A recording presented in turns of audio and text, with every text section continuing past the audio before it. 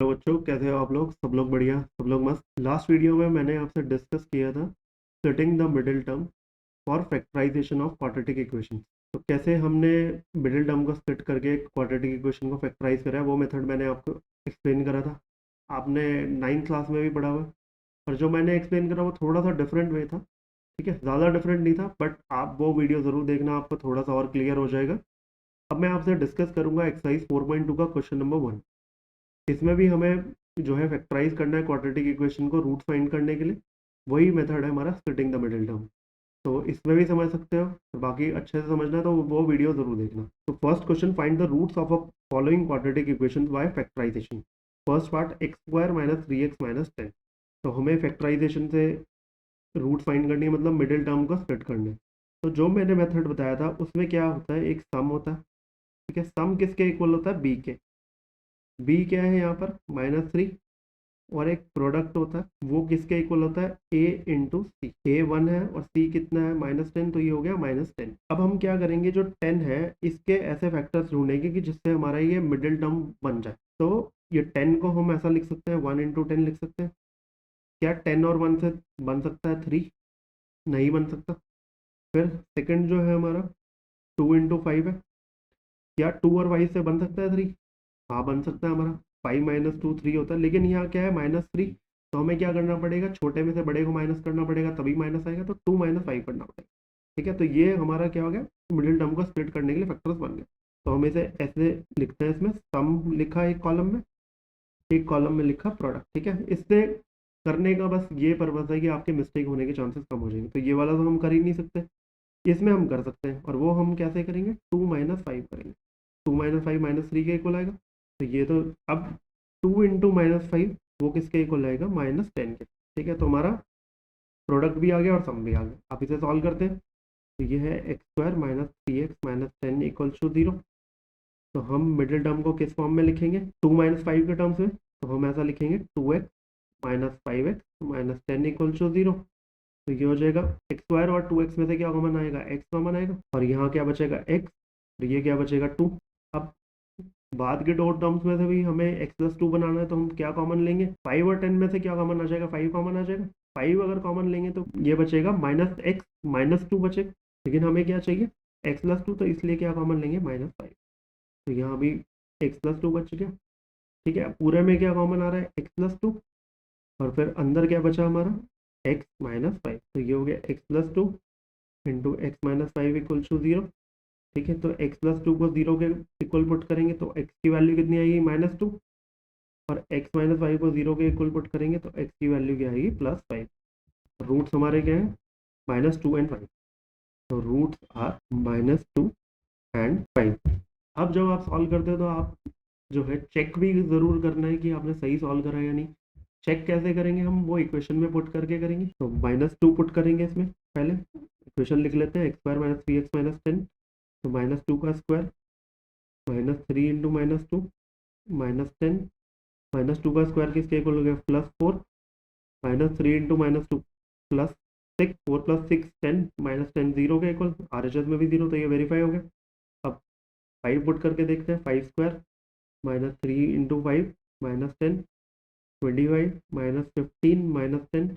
25 -15 किसके इक्वल होता है? 10। 10 - 10 0। तो हमारा क्या है? रूट ठीक है। तो इक्वेशन क्या हो गई? जो हमारे ये वेरीफाई भी हो गया कि हमने सही सॉल्व करा। सेकंड पार्ट सॉल्व करते हैं। 2x² + x - 6 equal to 0। तो हम जो है सम किसके इक्वल लिखते हैं? बी के। बी क्या है? 1। और प्रोडक्ट जो है वो किसके इक्वल होता है? ए इंटू सी के। वो किसके इक्वल होगा? 2 × -6। तो ये हो गया -12। अब हमें क्या करना है? इसके फैक्टर्स निकाल के मिडिल टर्म बनाने का ट्राई करना है। तो 12 के फैक्टर्स 1 × 12।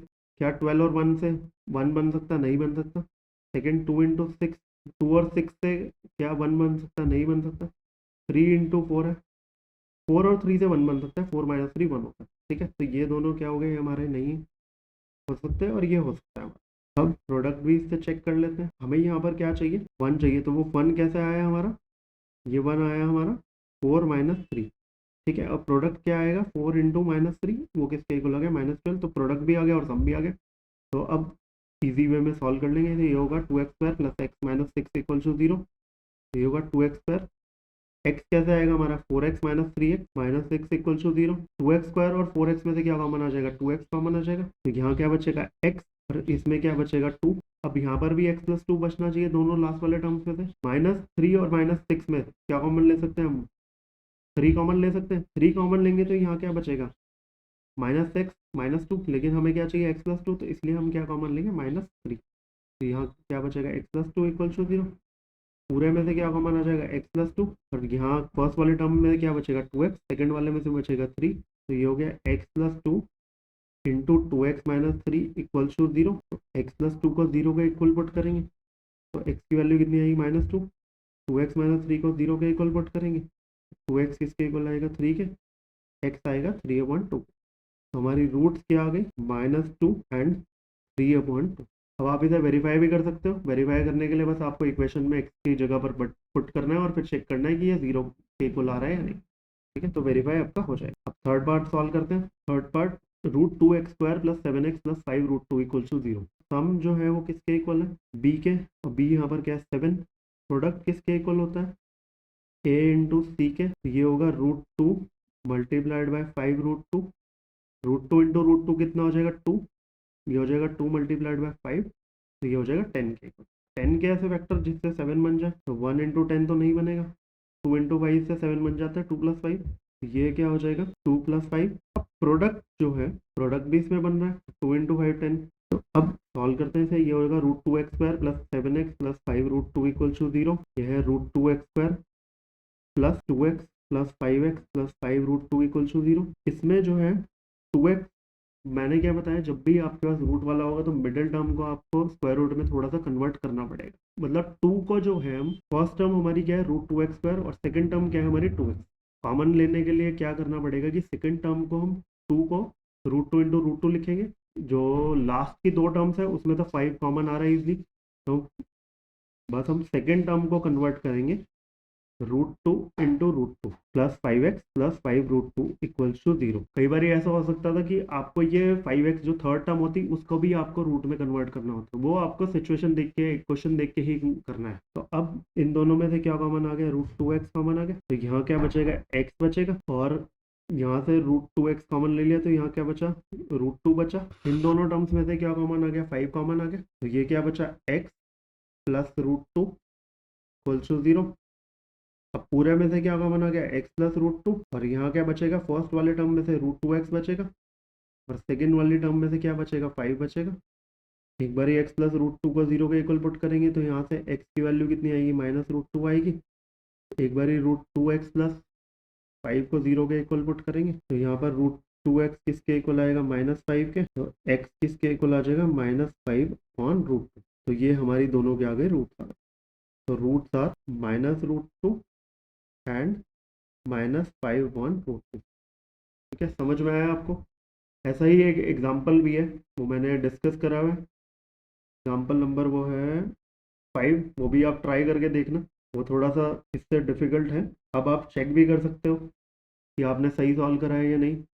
आपने क्या करना है, इसे इक्वेशन में पुट करना है, √2x² + 7x + 5√2। पहले हम -√2 पुट करके देख लेते हैं, तो ये हो जाएगा -√2 का स्क्वायर + 7 इंटू -√2 + 5√2। तो √2 इंटू ये -√2 का स्क्वायर क्या हो जाएगा, माइनस का स्क्वायर प्लस, और √2 का स्क्वायर क्या हो जाएगा 2, + 7 इंटू -√2 कितना हो जाएगा, ये हो जाएगा -7√2 + 5√2। अब आप यहाँ देखो पूरे में से क्या कॉमन आ जाएगा, √2 कॉमन आ जाएगा, ये क्या बचेगा 2 -7 + 5, तो ये हो जाएगा √2 इंटू 0।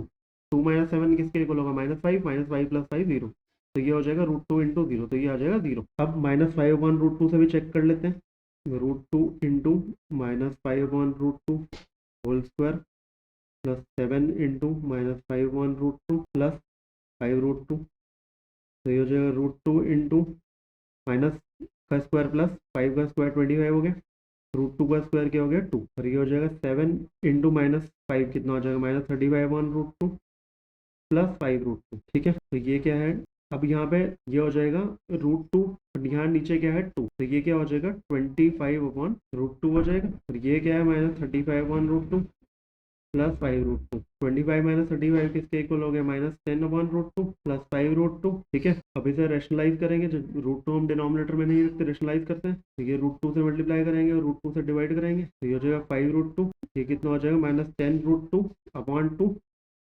अब 2 5 10 हो गया, -5√2 प्लस 5√2, ये भी किसके इक्वल हो गया? 0 के। ठीक है, तो ये हमारा क्या हो गया? वेरीफाई हो गया। समझ में आया आपको? अब फोर्थ पार्ट सॉल्व करते हैं। Fourth part 2x² minus x plus 1/8 equal to 0। तो इसमें पहले क्या करेंगे हम? पहले हम एलसीएम लेंगे। एलसीएम क्या लेंगे हम? 8 होगा, तो 8 एलसीएम लेने से ये 2 जो है 8 से मल्टीप्लाई हो जाएगा, तो ये क्या आ जाएगा? 16x²। और ये -1 8 से मल्टीप्लाई हो जाएगा, तो ये टर्म हो जाएगा -8x प्लस 1 इक्वल टू 0। फिर 8 इधर चले जाएगा, तो 8 इंटू 0 0 हो जाएगा, और लेफ्ट साइड में 16x² minus 8x plus 1 equal to 0। इसमें सम जो है वो किसके इक्वल होता है? बी के, और बी क्या है यहाँ पर? -8। प्रोडक्ट जो है वो किसके इक्वल होता है? ए इंटू सी के, तो 16 इंटू 1 16 के इक्वल हो गया। अब 16 के ऐसे फैक्टर्स देखने हैं कि जिससे 8 बन जाए, तो 4 इंटू 4 16 होता है। सम बनाने के लिए -4 और -4 -8 हो जाएगा। तो प्रोडक्ट बनाने के लिए क्या होगा?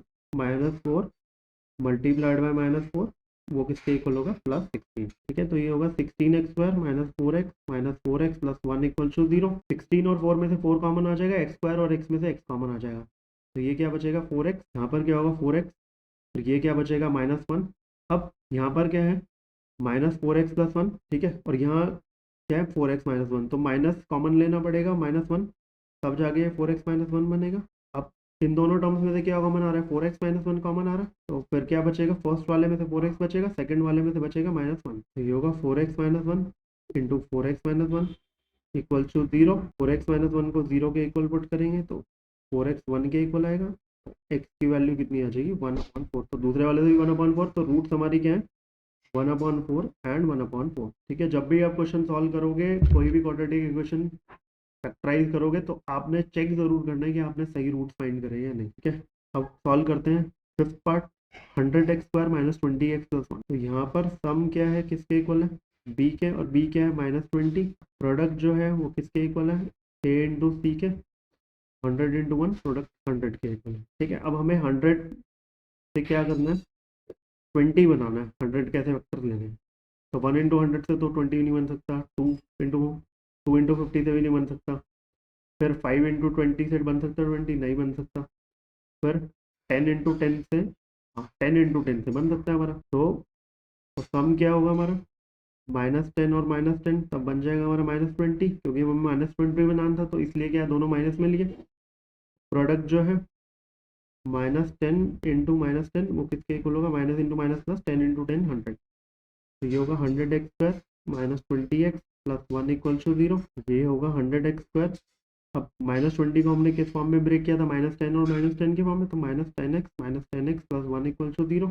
अब 100 और 10 में से 10 कॉमन आ गया, x² और x में से क्या कॉमन आ गया? x कॉमन आ गया, तो यहाँ क्या आ गया? 10x आ गया। अंदर क्या बचा? 10x minus 1। अब यहाँ पर 10x माइनस 1 है, और ये -10x प्लस 1 है, तो हमें साइन चेंज करना है, तो क्या करना पड़ेगा? -1 कॉमन लेना पड़ेगा, तो ये बचेगा 10x माइनस। तो अब पूरे में से क्या कॉमन आ गया? 10x माइनस 1, दोनों टर्म्स के साथ है।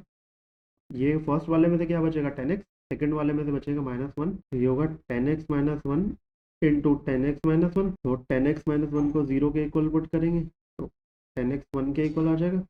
तो x की वैल्यू कितनी हो जाएगी? 1/10। तो हमारी रूट्स कौन से हो गए? दूसरे वाले से भी 1/10 आएगी, तो रूट्स आर 1/10 एंड 1/10, दोनों सेम है रूट। वेरीफाई भी करके देख सकते हो कि आपने सही सॉल्व करा है या नहीं, तो वो आप खुद से करके देख लेना कि सही है या नहीं। आई होप ये आपको फर्स्ट क्वेश्चन के पांचों पार्ट समझ में आए हो।